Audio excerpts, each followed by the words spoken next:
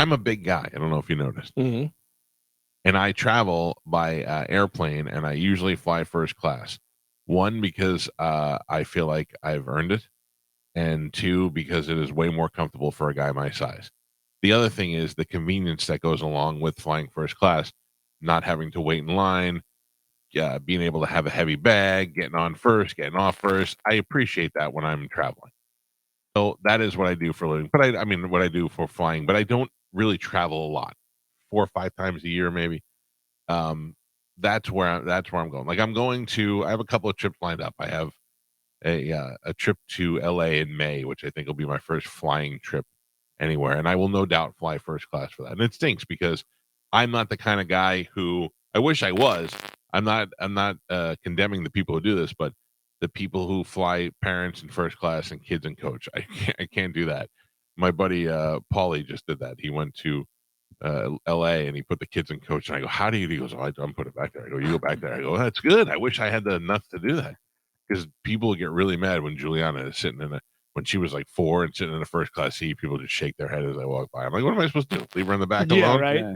You're not flying on a 737, are you? What's a 737? The plane, the 737? Well, are you jumping ahead of my whole story Oh, here? no, Shut sorry, your Just mouth. walk Sorry. in Walk whenever in you late. want. Walk in I the was middle helping. of the thing. I'm sorry.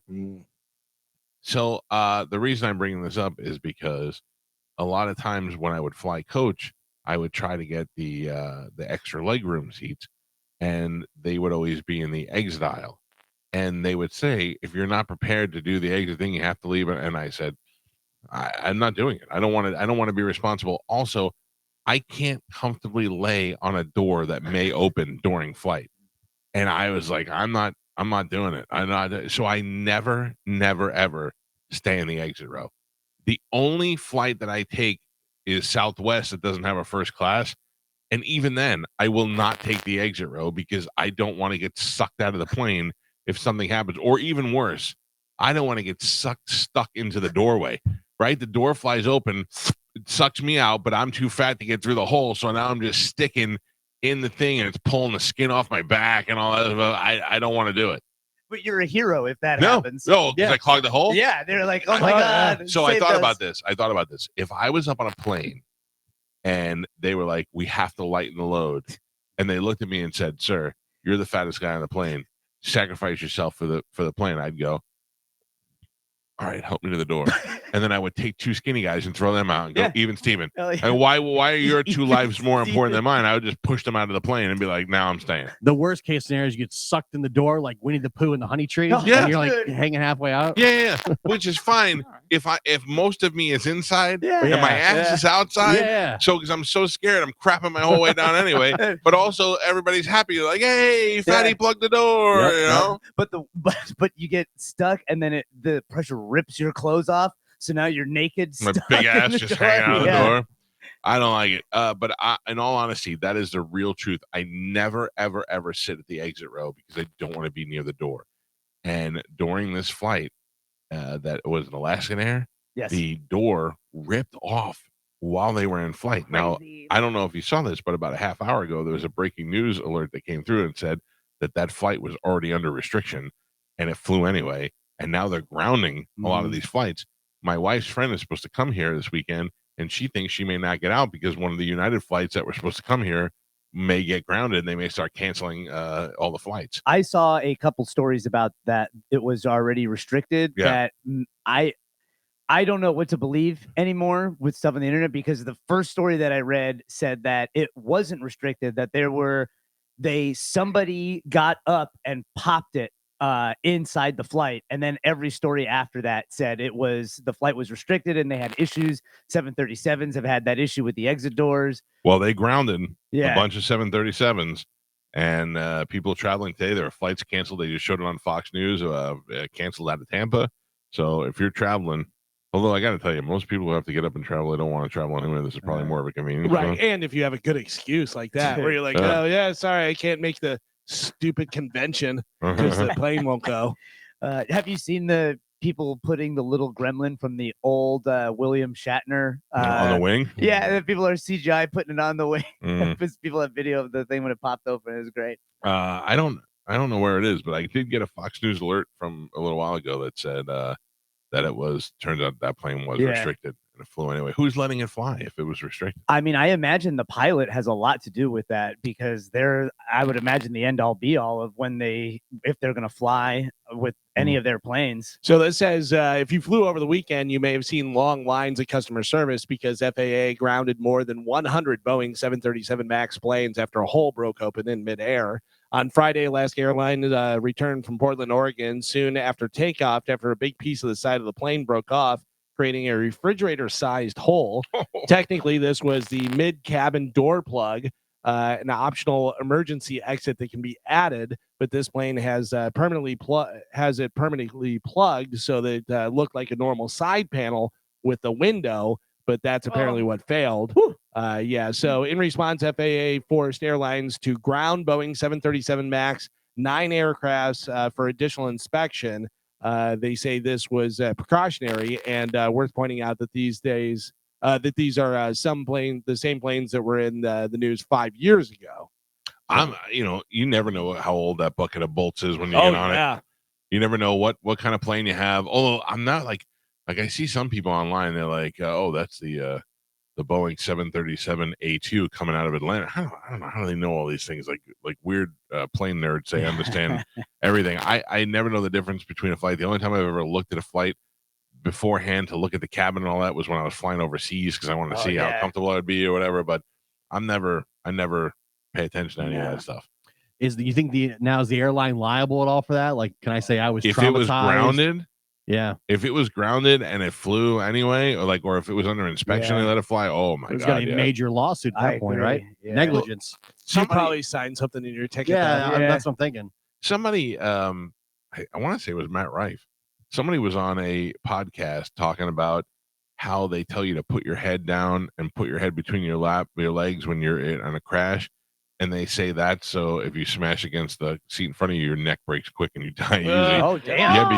Yeah, because I if think that you was survive, Brad Pitt in Fight Club. Yeah. Did he say that? Yeah. if you survive a plane crash, the lawsuits are ridiculous and it bankrupts airlines. So they want you, if you're going down, just to die on your way down. Yeah. Somebody was saying that on a podcast recently. I want to say it was Matt Rife, like on Tom Segura's podcast or something, but I don't know. I'm sure it was a joke, but it's something to think about. I mean, we heard from Artemis Pyle when he told us about the Leonard Skinner plane going down. I asked him, I said, what was the cause of death? Like, were you smashed into, they hit the trees, which brought the plane down. He said, equipment from the back flew out from the back and the front and hit Ronnie in the head and killed him. That's how he died. Blunt force trauma. Right. Yeah. Well, that makes sense to put your head down in case anything from behind.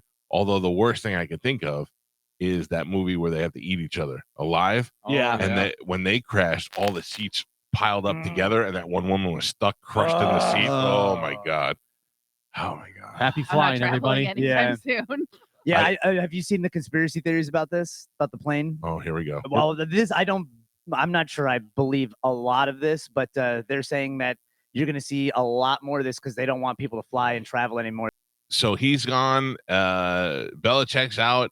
Well, they don't Rivera's know. Out. Belichick's out. So there's supposed to be a press conference today. I think he's going to say he's retiring. I was going to say, I don't think he goes anywhere else. I think he just retires. Because if there was somewhere that had potential, like that he would help out, it would make sense. I read that Belichick's supposed to be speaking at a press conference today. Yeah, Carmin, like if they said, look, we got like Tony Dungy when they had Peyton Manning at the Colts, he's like, all right, that could be a potential winner. He's rich. Why? What's the point? Because you can't give it up once you retire, you die. Yeah, just like what's his name from Penn? Oh, Joe Paterno. Joe Paterno. Yeah, minute retired. Yeah. I think the Sandusky thing played a role too. Yeah. Maybe. I think he had to go. It had something to do with it. It seemed like a bit of a stressful situation. Do you think Paterno knew? Yes. Yeah. You do. They knew he knew. Everybody They had proof that he knew. But you think he knew, or you think he just knew that guy was weird and gay? No, he I knew. think He just turned a blind eye. Yeah. To a guy molesting kids. Yes. That's insane to me. It was horseplay. Yeah. That's insane to me. I Rhythmic don't care how good of a slapping. coach. Yeah. But Remember that? it's not that insane if you think about like if Paterno never actually saw it happen and he was just hearing people say it. it's much easier for you to for Joe Paterno to go, oh yeah, it's probably not real. Right. And then you go, not Santa. Yeah. And then you just make sure that you're never around. Yeah. You Yeah. never, Correct. he never put himself in the situation to find it. Yeah. He was like, there's rumors, but I don't care. These- He's good at his job. I'm Yeah. just gonna. If he's in the locker room, I won't go in the locker room. This is what Carmen's How good going to was be. he? Yeah. And these coaches don't want to do anything that's going to affect the program. Right. This is Carmen turning a blind eye to Chad now that he's the defensive coordinator. No, Yeah. All right. that is not true. Chaddy Daddy. I would never. Oh, I saw he's not Chaddy Daddy on Yeah, I know. social media He anymore. Is he changed it. Coach I Chad? was- Yeah. Yeah, Coach Wood. I saw OC. something, Coach Wood in my feet. I'm like, who the hell is Well, this? that's what it used to be Yeah. when he was a coach at the other high schools and stuff like that. I guess he And doesn't then need us anymore. Obviously, he changed it. I told him to just keep it, but obviously, he was like, "That's pretty inappropriate." For It's high not so school." appropriate. It's silly, but it's not inappropriate. Yeah, but I That's mean, what I thought. The kids would have thought it would be hilarious, but again, I think they're real because they're starting from scratch and it's a whole new program. They really want to. if I'm a kid's parent and I find out the new coach is Chaddy Daddy, Yeah. I'm like, what's Oh, this? rhythmic slapping Chatty Yeah, Daddy. what's this Chaddy Daddy guy that is the new offensive coordinator? By the way, did you see the boudoir pics he took? Yeah.